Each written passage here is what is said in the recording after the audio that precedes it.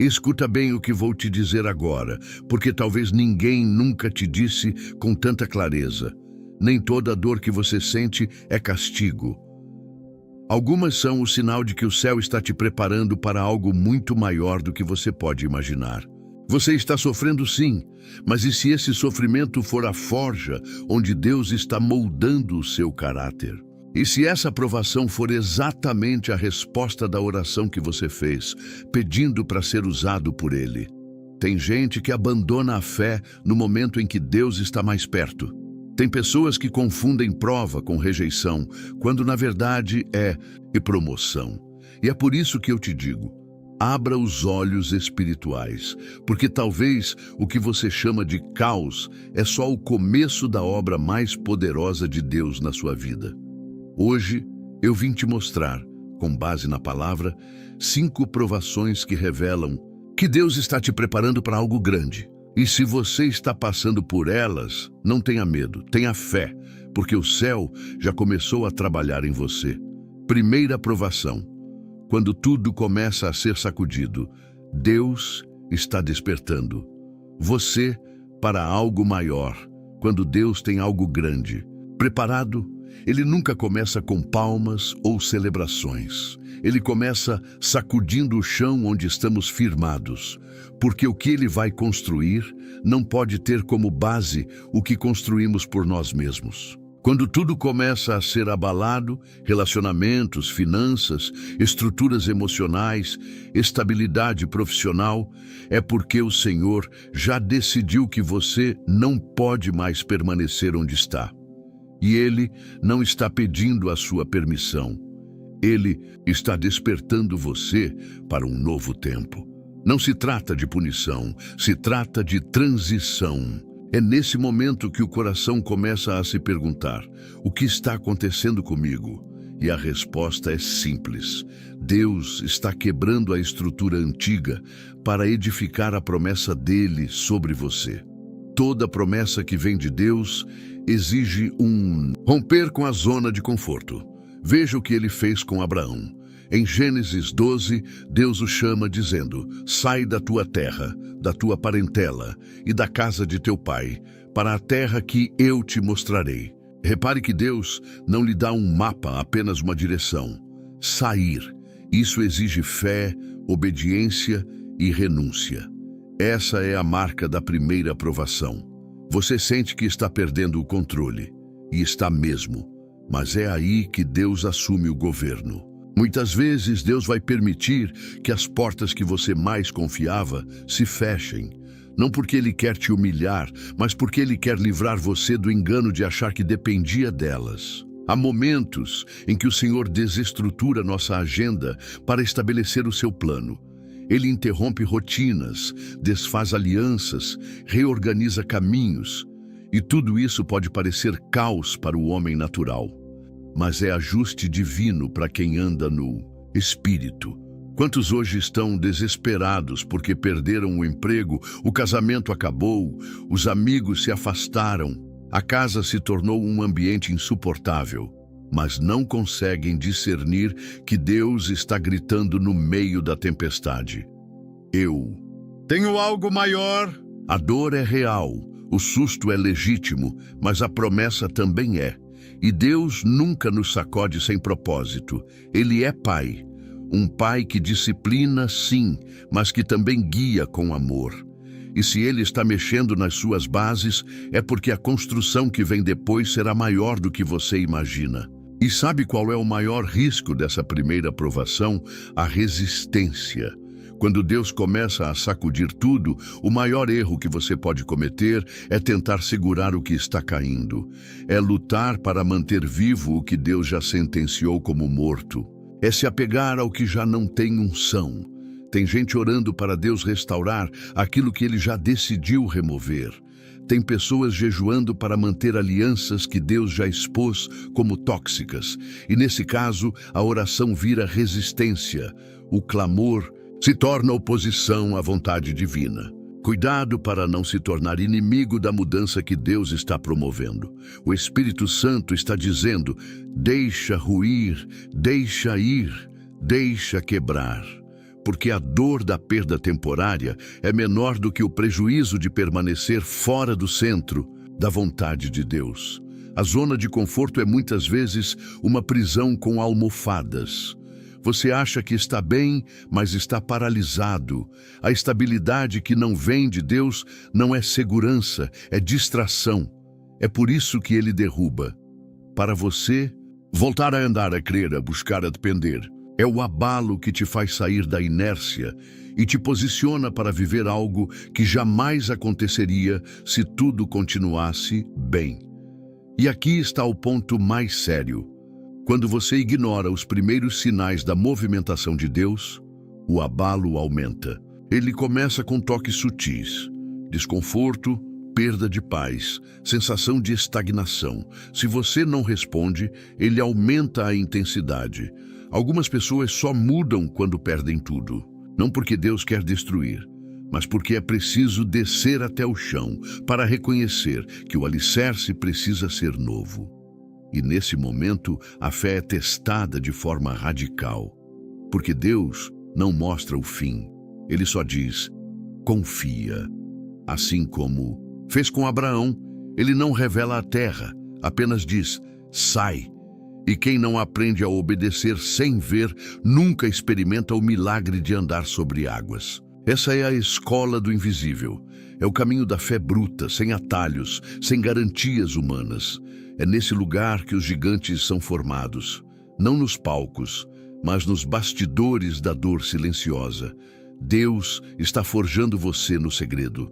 Talvez você esteja passando por esse primeiro nível de provação agora mesmo, e tudo dentro de você quer voltar para o que era seguro. Mas Deus está dizendo: você não pode voltar. Eu não estou mais lá. O Egito tinha pão, mas não tinha promessa. O deserto tem sede, mas tem direção. E só quem aceita andar pelo deserto com Deus chega à terra prometida. Não permita que o medo da perda te impeça de receber o que é eterno. Você precisa confiar, mesmo sem entender. E lembre-se, o primeiro passo da fé nem sempre leva a uma resposta imediata, mas sempre te tira do lugar errado. Deus não vai te explicar tudo, mas Ele vai te conduzir. E esse é o maior milagre, saber que mesmo quando tudo está sendo sacudido, você não está sendo destruído, você está sendo despertado. Não lute contra o que Deus está derrubando. Não se entristeça com o que está saindo. Pergunte ao Senhor o que Ele quer construir com esse vazio. Porque toda dor que vem do céu tem propósito, e todo mover divino começa com um abalo. Abraão só se tornou pai de multidões porque primeiro foi arrancado do lugar onde todos o conheciam, para andar com aquele que verdadeiramente o chamou. Talvez hoje Deus esteja fazendo o mesmo com você. E se Ele está, é porque algo grande está. É para nascer. Segunda provação. O silêncio de Deus não é a sua ausência, é a sua preparação. Há um momento na jornada espiritual em que tudo parece calmo demais, mas não de forma reconfortante, e sim angustiante. Após o abalo que arranca nossas bases, muitas vezes não vem uma resposta imediata. Não há sinais, não há confirmações, não há vozes celestiais ecoando no coração. Há apenas o silêncio. Um silêncio que grita na alma. E é aí que muitos desistem, achando que Deus os abandonou. Mas essa é uma das provas mais decisivas da vida cristã, porque o silêncio de Deus não é o fim da presença, é o começo da maturidade.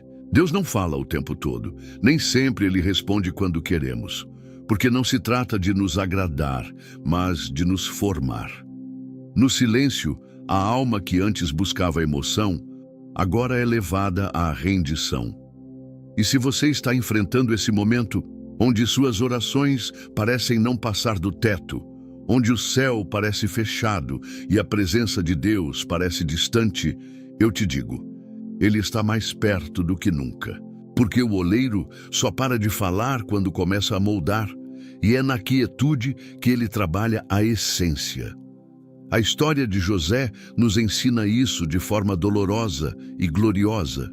Em Gênesis 40, encontramos José injustamente preso, esquecido no cárcere, longe de casa, longe de seus sonhos, longe de tudo que um dia acreditou que viveria.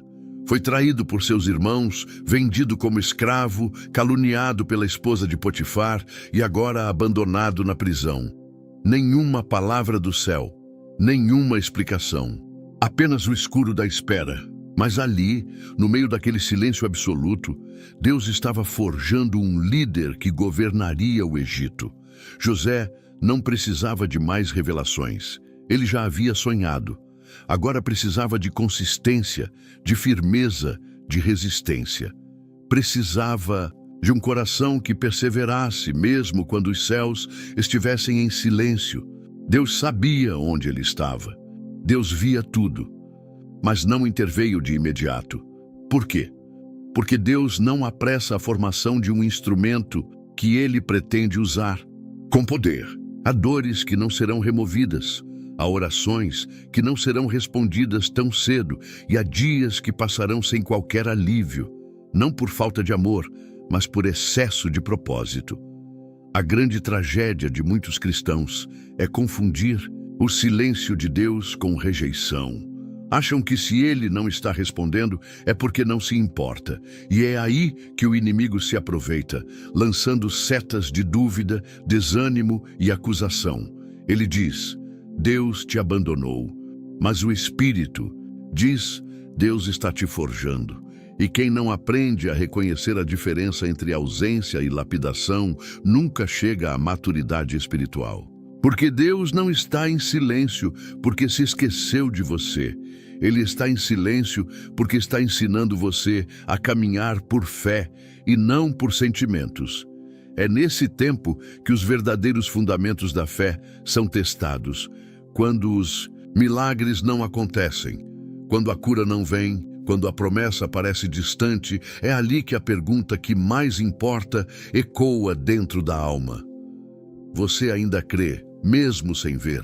Porque a fé que só se manifesta quando tudo está dando certo não é fé, é conveniência. Mas a fé que permanece mesmo diante do silêncio é uma fé madura, provada e aprovada pelo céu. E há algo sagrado nesse silêncio. Nele, Deus nos ensina a depender menos das circunstâncias e mais da sua palavra. Ele nos convida a recordar o que ele já disse, mesmo quando não está dizendo nada agora. A fidelidade dele no passado precisa ser a nossa âncora no presente.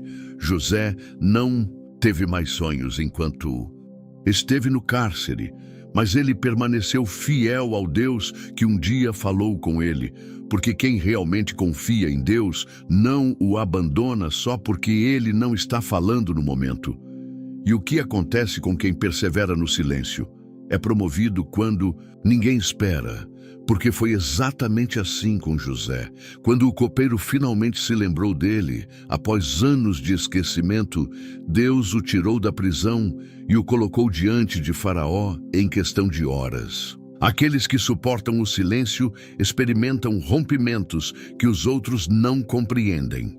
Mas há um detalhe importante. O José que saiu da prisão não era o mesmo que entrou. Algo havia sido gerado dentro dele no escuro: discernimento, domínio próprio, mansidão, fé inabalável. Deus só pode confiar grandes responsabilidades àqueles que aprenderam a permanecer quando tudo parecia perdido. Porque se você não suporta o silêncio, você não suportará o trono. Se você não consegue ser fiel no cárcere, como será fiel no palácio? O tempo do silêncio é o tempo do segredo. Deus está trabalhando na fundação que ninguém vê. Ele está preparando você para um nível onde a aparência não sustenta, só a essência. E é por isso que o silêncio não pode ser interpretado como castigo. É cuidado. É amor que não mima, mas que molda. É o amor de um pai que sabe o que o filho pode suportar e que deseja vê-lo preparado para algo que vai além da compreensão. Muitas pessoas pedem para ser usadas por Deus, mas não querem passar pelo silêncio. Querem a unção, mas não querem o esconderijo. Querem autoridade, mas não querem anonimato. E não há como pular esse processo. O silêncio também é proteção. Há batalhas que Deus trava por você enquanto te mantém em silêncio. Há portas que ainda não se abriram porque Ele está preparando você para o que está do outro lado. E às vezes, o que mais parece um abandono é na verdade um escudo invisível do céu. Ele te esconde para que você cresça. Ele te silencia para que você escute. Ele te aquieta para que você amadureça. Então, se hoje você sente que Deus não está respondendo, não se precipite, não desista, não murmure. Continue servindo, continue orando, continue buscando, não pelos sentimentos, mas pela fidelidade, porque esse silêncio vai terminar. E quando terminar, você vai entender que cada segundo foi necessário. Não haverá desperdício. Cada lágrima, cada dia de espera, cada noite sem resposta, tudo terá um propósito eterno. Deus não está em silêncio porque te rejeitou. Está em silêncio porque Ele te ama demais para te dar algo antes da hora. Ele está preparando você para algo grande. E quando esse tempo chegar, o mundo verá o que foi gerado no secreto, no silêncio sagrado da formação divina. Terceira, provação. Quando as pessoas te traem, Deus está filtrando o propósito. Há um tipo de dor que não machuca só o corpo, mas atravessa a alma. É a dor da traição. Quando alguém em quem você confiava vira as costas. Quando aquele a quem você estendeu a mão é o mesmo que escondido crava a faca da ingratidão. E é justamente aqui que muitos naufragam espiritualmente, porque esperavam justiça de quem nunca foi justo e fidelidade de quem não conhece a lealdade. Mas preste atenção, a traição também é uma prova. E Deus a usa para filtrar o seu propósito. Nem todos que começaram com você vão terminar ao seu lado. Nem todo companheiro de caminhada é um companheiro de destino. E quando Deus permite que você veja o coração real das pessoas, não é para te destruir, é para te libertar. É duro dizer isso. Mas tem gente que só continua viva na sua história porque você ainda não aceitou que ela já foi removida da sua promessa. E Deus, na sua misericórdia, permite a traição para arrancar o véu. Ele não expõe pessoas para te ferir, mas para te proteger. A palavra de Deus não esconde essa realidade. Jesus foi traído por um dos seus. Judas não era um estranho, nem um opositor público. Era discípulo, andava junto, dormia com ele, ouviu todas as palavras, viu todos os milagres, mas seu coração estava em outro lugar.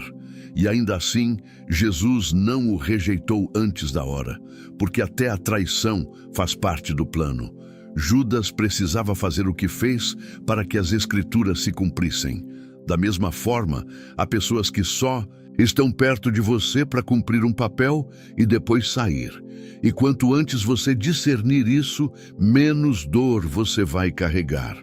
Mas é preciso entender algo ainda mais profundo. A traição revela em você o que o elogio nunca poderia revelar. É quando somos feridos que descobrimos a força da nossa fé. É quando somos rejeitados que entendemos que nossa identidade não pode estar nos outros. Deus permite que você seja traído para te mostrar que o seu valor não vem da aceitação das pessoas, mas da aprovação dele. Alguns estão hoje sangrando por amizades desfeitas, por familiares que se voltaram contra eles, por parceiros que prometeram fidelidade e depois os abandonaram. E muitos desses corações ainda estão amargurados, não por falta de perdão, mas por não conseguirem aceitar o fato de que Deus permitiu. E aqui está a verdade. A permissão da traição não significa a ausência do amor de Deus. Significa a limpeza do caminho para algo maior. Lembre-se de José novamente. Antes de ser governador do Egito, ele foi traído pelos próprios irmãos. Foi vendido como escravo, sem piedade, sem misericórdia. A inveja dos seus próprios familiares o jogou no poço. Mas foi essa mesma traição que o levou ao Egito, que o colocou na rota da promessa, que o preparou para o trono. A traição dos irmãos foi a ponte para o cumprimento do sonho que Deus havia dado a ele.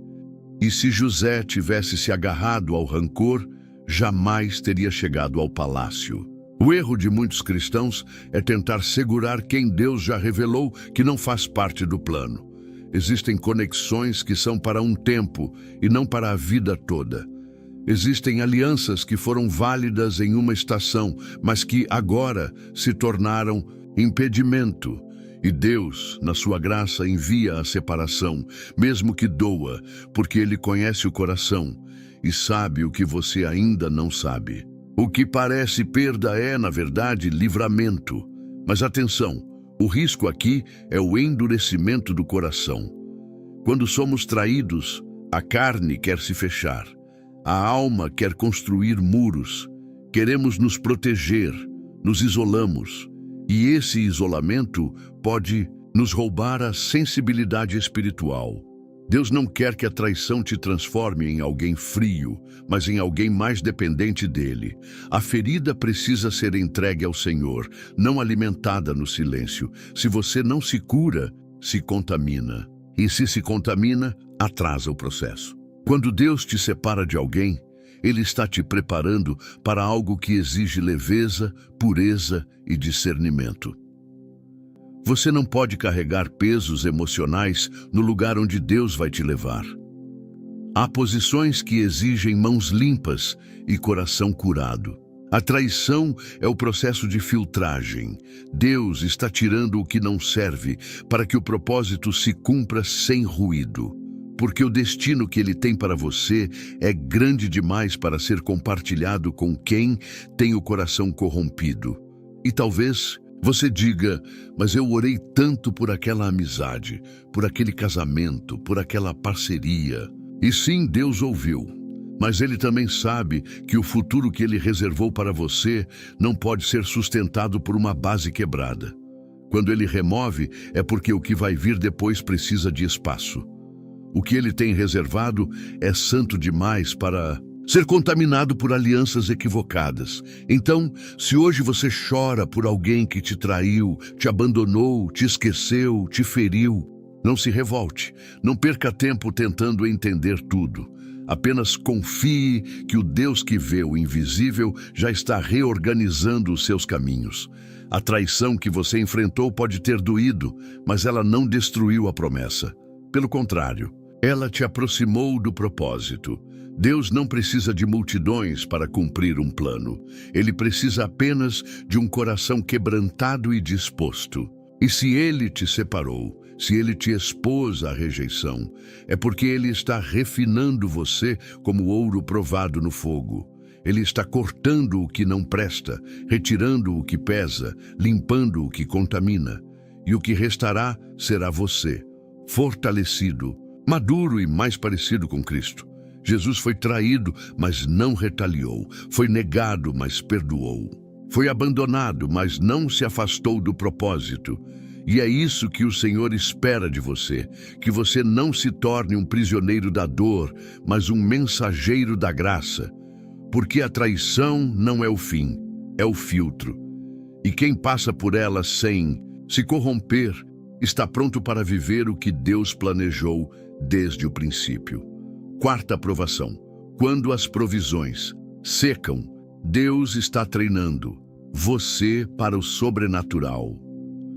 Existem momentos em que tudo que antes fluía com facilidade simplesmente cessa. O emprego que sustentava, o recurso que mantinha, a ajuda que socorria, tudo desaparece. E o coração se desespera, porque a lógica humana diz que quando a provisão acaba, a sobrevivência está ameaçada. Mas no reino de Deus, quando a provisão humana seca, o treinamento espiritual começa. Porque Deus usa a escassez não para te envergonhar, mas para te ensinar a confiar no invisível. Essa é a quarta prova. Quando o natural se cala para que o sobrenatural se manifeste. Não é castigo, é transição. Deus está te treinando para viver pela fé. E fé não é uma teoria. Fé é prática em meio ao vazio. É manter a postura de confiança mesmo quando a conta está zerada, quando não há mais planos, nem garantias, nem reservas. A escassez é uma escola onde Deus remove as muletas para que você aprenda a andar de verdade. O profeta Elias conheceu esse lugar.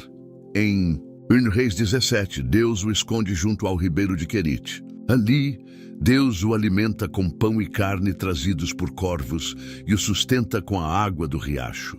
Mas chega um dia em que o riacho seca e os corvos param de vir. O que fazer quando até os milagres cessam? A maioria se apavora, achando que Deus abandonou. Mas o que aconteceu com Elias foi um novo nível de fé. Deus não o estava abandonando, estava preparando-o para o próximo passo. Elias havia aprendido a depender da provisão incomum, mas agora precisava aprender a seguir a direção de Deus, mesmo quando não havia sinais. Porque o mesmo Deus que o sustentou em Querite, agora queria que ele caminhasse até Sarepta, onde uma viúva seria usada para continuar o milagre. Veja a lógica divina. Quando uma porta se fecha, é porque outra foi determinada. Mas quem não se move, perece no lugar onde Deus já não está operando. Muitos insistem em permanecer onde as águas já secaram. Continuam tentando manter o que já foi retirado por Deus. Oram por restauração, onde o céu já decretou fim. E aí, ao invés de viverem o novo, se agarram ao velho com medo de perder o controle. Mas Deus está dizendo: eu sequei essa fonte para você aprender a ouvir a minha voz. O que te sustentava não era o riacho, era a minha ordem. Esse é o segredo que poucos compreendem. A escassez, quando vem de Deus, é uma convocação, a intimidade. É o chamado para que você saia do nível do cálculo e entre no território da fé, onde não há certezas, mas há promessas, onde não há segurança humana, mas há a direção divina, porque o maná nunca desce para quem está preso ao Egito. Ele é enviado para quem está atravessando o deserto, confiando apenas na palavra. O perigo da escassez é permitir que a falta de provisão gere incredulidade. O inimigo se aproveita da ausência de recursos para sussurrar que Deus esqueceu, que você errou, que a promessa falhou. Mas a escassez não é prova de erro. É sinal de que Deus está mudando o modo de operar. Ele está transferindo a fonte. Ele está ensinando você a ver o invisível, a crer mesmo sem tocar, a obedecer mesmo sem saber o que virá depois. E aqui vai um alerta espiritual profundo. Quem não aprende a depender do céu na escassez, jamais estará pronto para ser canal de milagre na abundância. Porque Deus não unge pessoas apegadas ao que tem.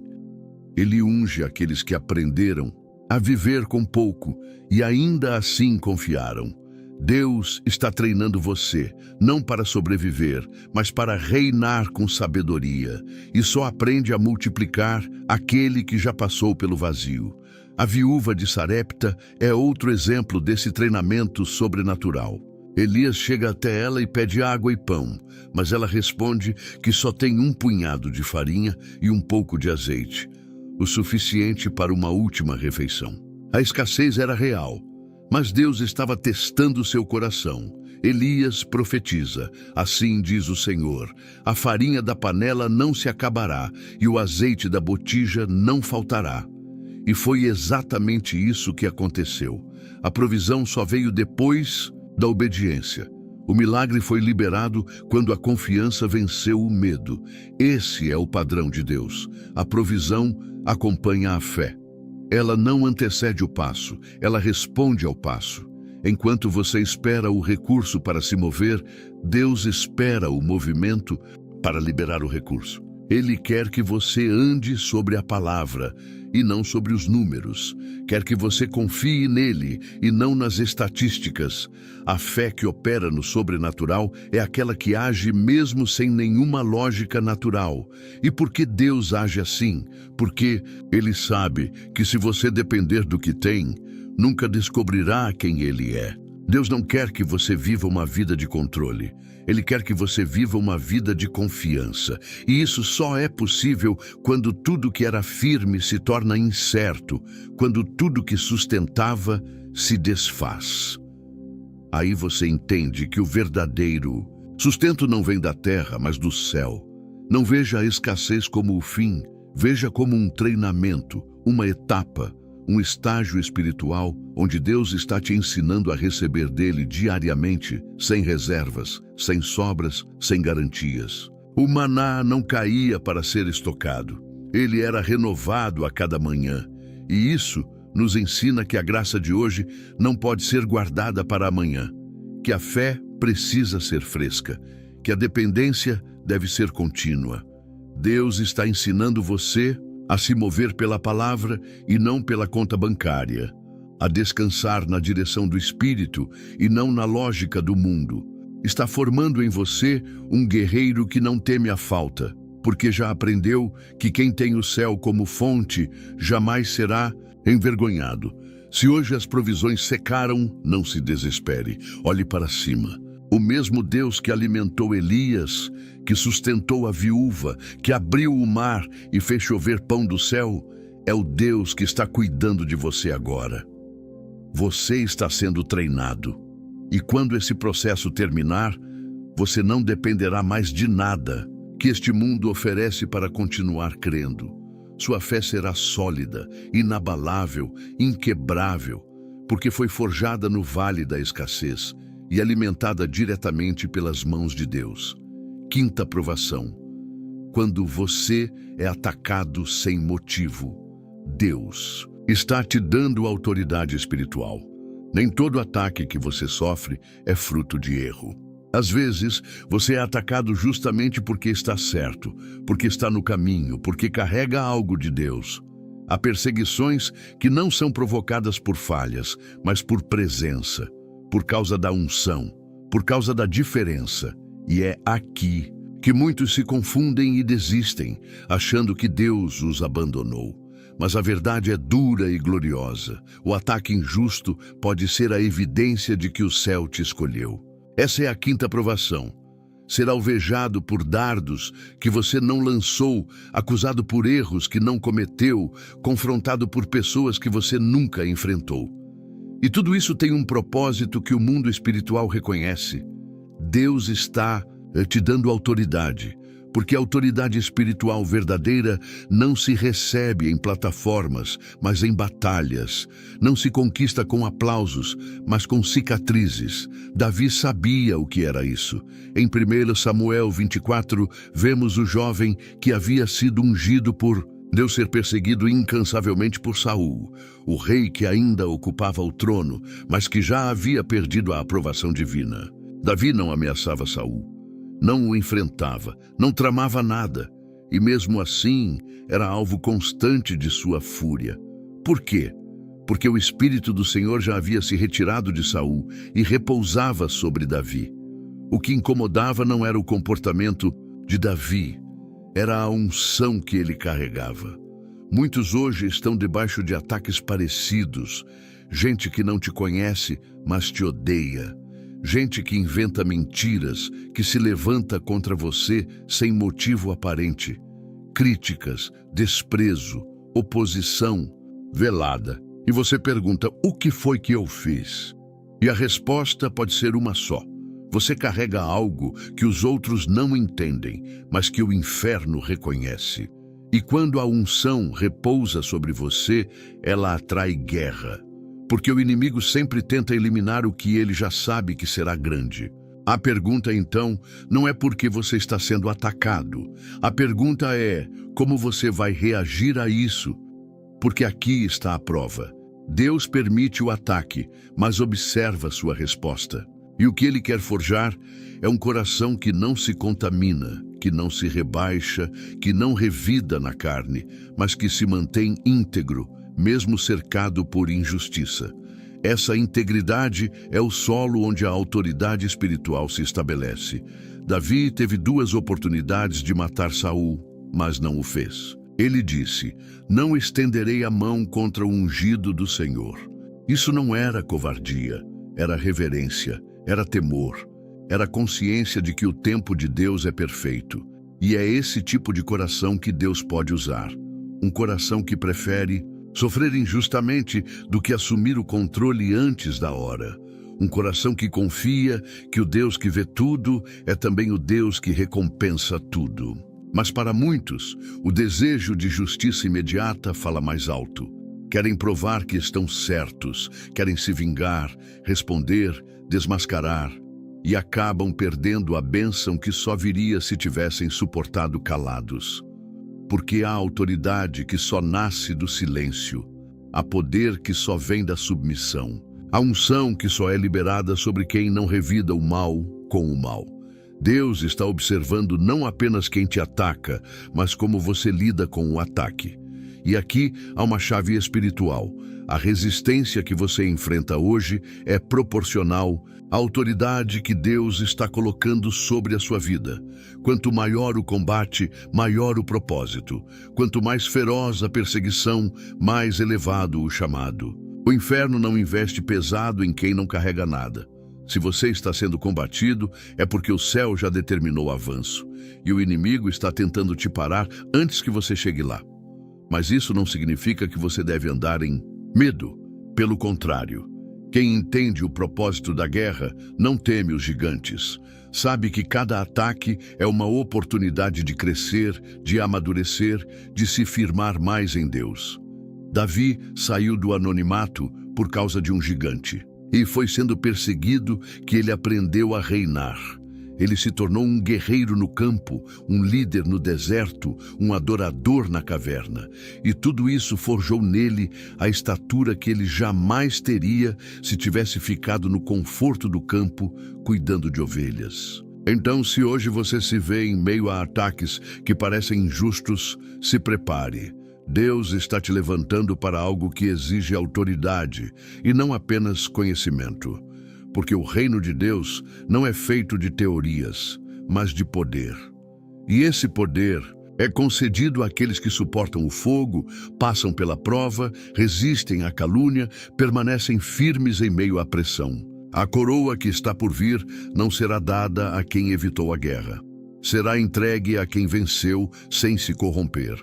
Não é tempo de desanimar, não é hora de retroceder, não é o momento de desistir.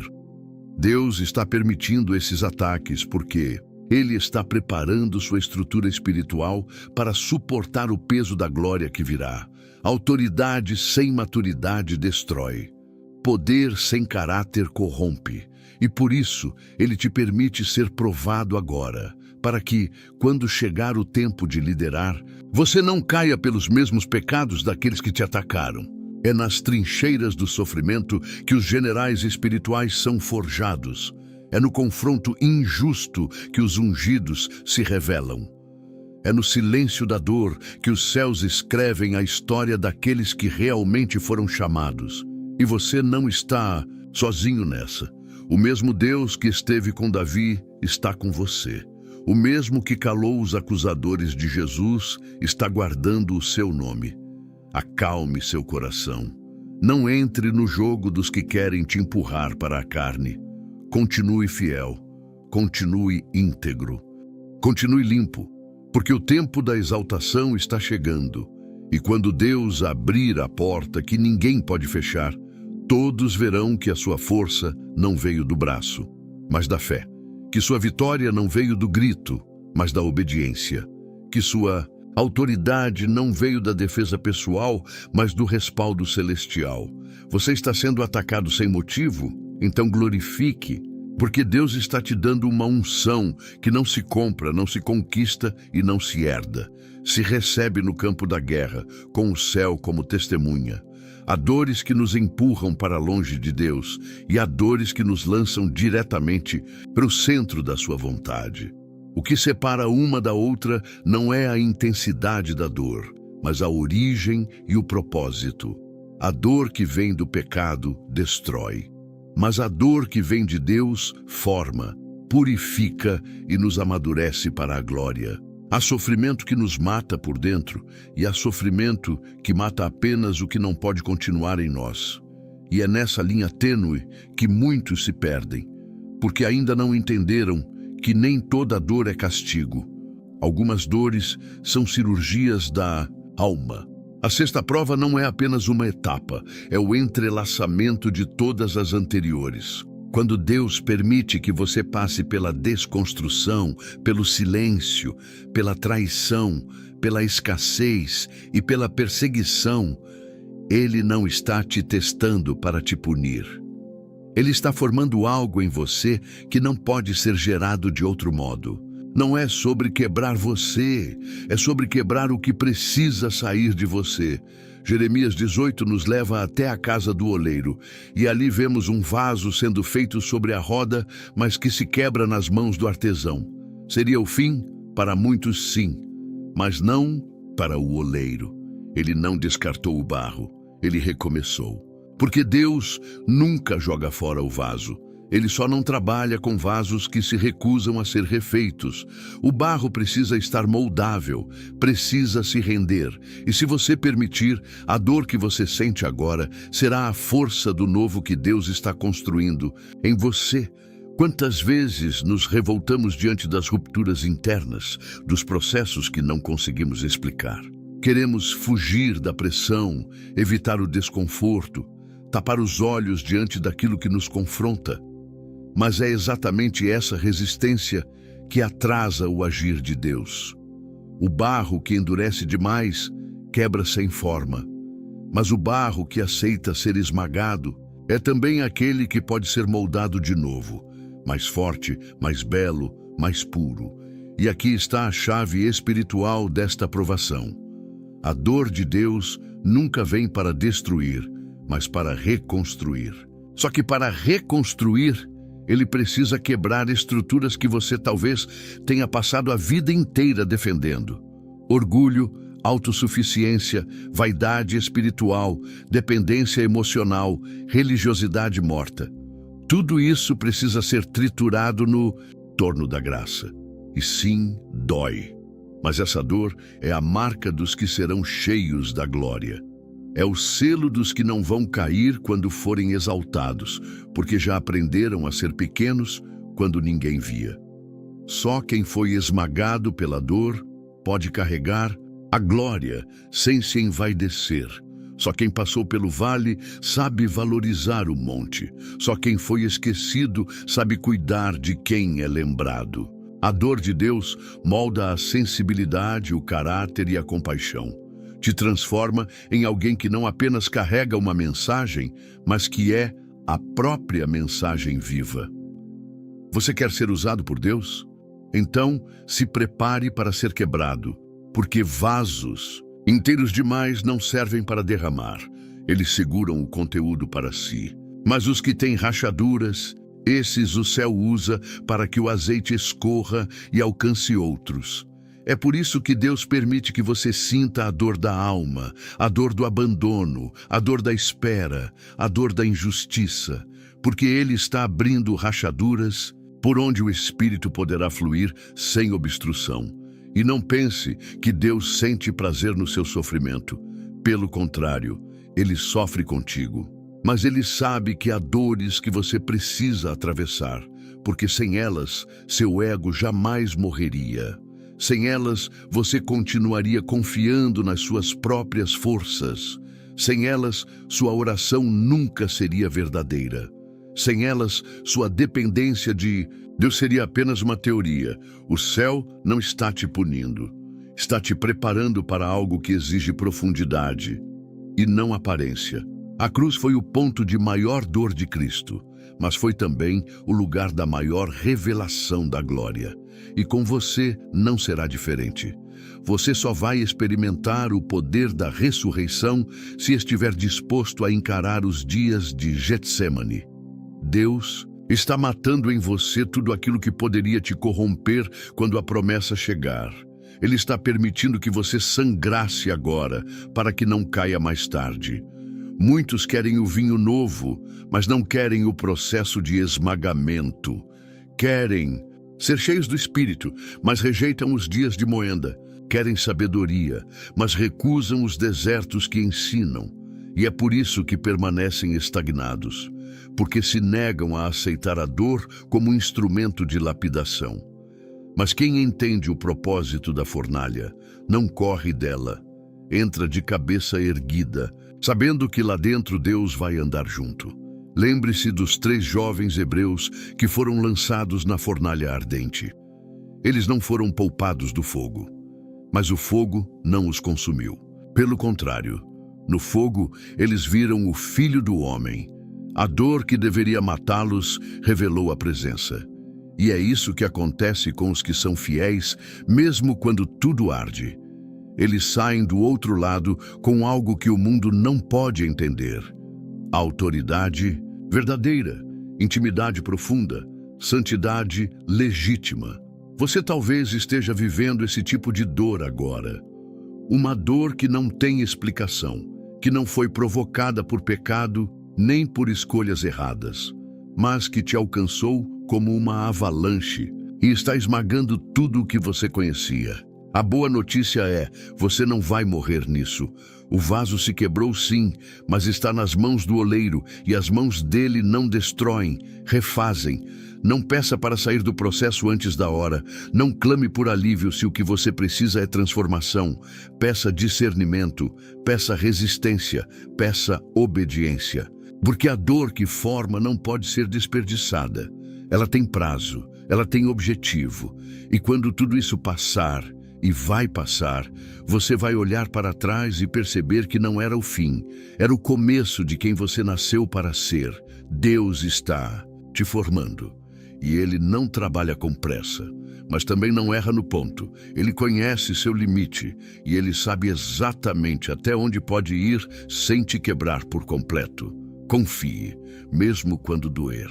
Mesmo quando tudo parecer confuso, mesmo quando você não conseguir mais orar, apenas permaneça no torno, porque quando esse processo terminar, o mundo verá em você algo que só os céus poderiam produzir. Um vaso novo, um instrumento puro, uma vida útil nas mãos do Criador. Há um momento em que o céu deixa de testar e começa a revelar. Um ponto exato onde o que parecia confuso passa a se alinhar. E tudo o que doeu, feriu e machucou começa a apontar para um único destino, o cumprimento do propósito eterno de Deus. Esta é a 7ª provação e, ao mesmo tempo, a estação mais esperada por todo aquele que permaneceu fiel no vale, a hora da resposta. Não é mais tempo de perguntas, agora é tempo de revelação. Você que foi sacudido, silenciado, traído, provado e esmagado, não passou por isso em vão. Deus não desperdiça sofrimento. Não há lágrima que tenha escorrido sem propósito. Não há dor que tenha atravessado sua alma sem deixar um sinal de transformação. O céu trabalha em silêncio, mas entrega publicamente. E quando Deus responde, Ele responde com glória. Jó sabia o que era sofrer sem explicação. Um homem íntegro, fiel a Deus, que em pouco tempo perdeu tudo. Filhos, bens, saúde, honra. Seus amigos o acusaram, sua esposa o desanimou, e até o céu parecia em silêncio, mas ele permaneceu. Mesmo ferido, continuou. Mesmo questionando, não negou a fé. E foi no final de todo o processo que ele declarou algo que muda tudo. Antes, eu te conhecia de ouvir falar, mas agora os meus olhos te veem. Jó 42:5. Essa frase não é um lamento, é uma celebração. É o reconhecimento de que a dor o levou a um nível de intimidade com Deus que ele jamais teria conhecido sem a fornalha. E é assim com todos os que suportam a preparação divina. Eles não apenas sobrevivem, eles enxergam a Deus. Eles não apenas resistem, eles se tornam testemunhas vivas da fidelidade do Pai. Quantas vezes você se perguntou por que teve que passar por tudo aquilo? Por que tanta luta, tanta humilhação, tanta perda? E agora, aos poucos, o Espírito Santo está te fazendo perceber que o que você viveu foi exatamente o que te posicionou para o que está por vir. Deus não errou em nada. Ele apenas te preparou de uma forma que você ainda não compreendia. O que parecia abandono era alinhamento. O que parecia castigo era capacitação. Quando tudo o que você sofreu começa a fazer sentido, você deixa de perguntar por quê e passa a declarar obrigado, porque a dor não foi em vão, porque a fornalha não te consumiu, porque o silêncio não te matou, porque a traição não te impediu, porque a escassez não te paralisou, porque os ataques não te corromperam. Você está aqui, e só está aqui porque Deus te sustentou. A hora da resposta não é apenas a manifestação do favor, é também a revelação da maturidade. Agora, você não clama apenas por bênçãos, você clama por mais de Deus. Agora, você não deseja apenas o que Ele pode fazer, você deseja quem Ele é. Agora você sabe, a maior recompensa de todo o processo não é o trono, é a presença. O que mais vale não é a vitória diante dos homens, é o olhar aprovado do Pai sobre você. Chegar até aqui não foi fácil, mas era necessário. Porque para viver o que você vai viver a partir de agora, você precisava morrer para muitas coisas. Precisava deixar para trás versões antigas, pensamentos pequenos, apegos emocionais, dependências carnais. Deus não poderia te dar aquilo sem antes te tornar alguém capaz de sustentar aquilo. Ele não forma guerreiros com palavras doces, ele forma com batalhas reais. Você pode olhar para trás e enxergar cada etapa. Quando tudo foi sacudido, quando o silêncio te fez questionar, quando a traição te esmagou, quando a escassez te quebrou, quando os ataques vieram sem aviso, quando a dor parecia maior do que a promessa. E agora você percebe, era Deus, sempre foi Deus.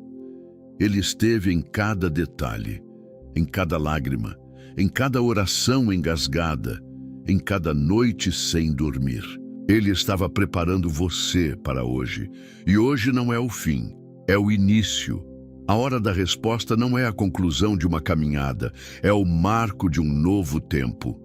Agora, você não vive mais guiado por expectativas humanas, mas por convicções espirituais. Agora você não se deixa mais abalar por opiniões ou circunstâncias, você está firmado no que Deus disse, no que Deus construiu dentro de você. Agora você está pronto para revelar a glória dele, não com discursos, mas com sua própria vida.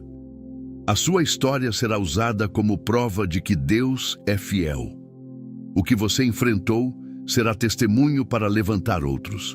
O que você superou será inspiração para quem ainda está no processo. Deus vai usar suas cicatrizes como marca de autoridade, porque você foi provado e não desistiu. Foi quebrado e não se perdeu. Foi reduzido, mas não se corrompeu. E agora você carrega algo que só os forjados no fogo carregam, peso de glória. E quando as pessoas olharem para você e perguntarem como você chegou até aqui, você não vai dizer que foi por força, nem por mérito, nem por sabedoria. Você vai dizer, foi Deus, foi Ele quem me sustentou, foi Ele quem me refez, foi Ele quem me deu sentido no meio do caos. Porque o maior milagre não foi ter vencido, foi não ter desistido. E isso já é suficiente para saber que o céu está com você. Nada foi em vão, nada foi perdido, nada foi desperdiçado. Deus usou cada lágrima, cada queda, cada silêncio. Ele recolheu tudo. E agora Ele está entregando resposta. Não apenas com palavras, mas com evidência. Você vai ver portas se abrindo que ninguém poderá fechar. Vai ver promessas saindo do papel. Vai ver pessoas sendo alcançadas por meio da sua história. Vai ver a glória de Deus fluindo da sua fraqueza transformada. E tudo começou naquele momento em que você disse: eu não entendo, mas eu continuo. Porque é aí que Deus se manifesta. Não quando você vence, mas quando você permanece. Essa é a fé que move o coração do Pai. E é essa fé que agora está sendo recompensada diante dos céus e da terra. Prepare-se. O que vem agora não é apenas resposta, é colheita, é transbordo, é o tempo onde tudo se alinha. É a hora em que a voz de Deus quebra o silêncio e diz: eu estava com você o tempo todo, agora os meus olhos te veem.